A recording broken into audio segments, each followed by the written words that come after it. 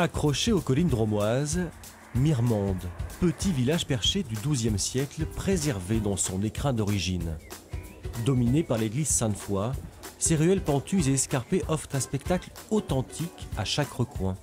Ici, on ne se balade pas, on flâne, on contemple, on voyage. Ça fait penser à la Provence, c'est très fleuri, moi j'aime bien ce petit côté un peu sud qui rappelle du coup ouais, les vacances, tout ça. Ça fait plaisir du coup de se balader par ici. Ouais. Un panorama sur la vallée du Rhône et les monts d'Ardèche, la carte postale que viennent chercher ici les 90 000 visiteurs annuels. Et pour les Mirmandais, l'exposition nationale de leur village à la télévision n'est pas une inquiétude pour la fréquentation, bien au contraire. Mirmande est un village touristique, donc toute l'année on voit des gens qui déambulent et qui arpentent les rues du village et qui à chaque fois s'extasient devant les paysages et les vieilles pierres.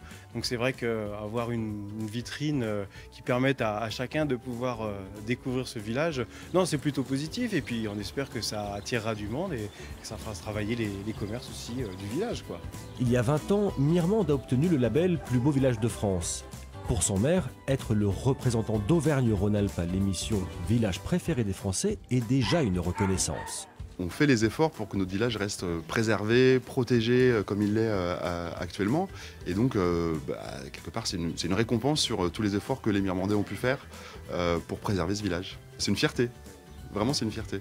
Reste maintenant aux téléspectateurs de l'émission à décider parmi les 14 villages participants. La diffusion est programmée au début de l'été.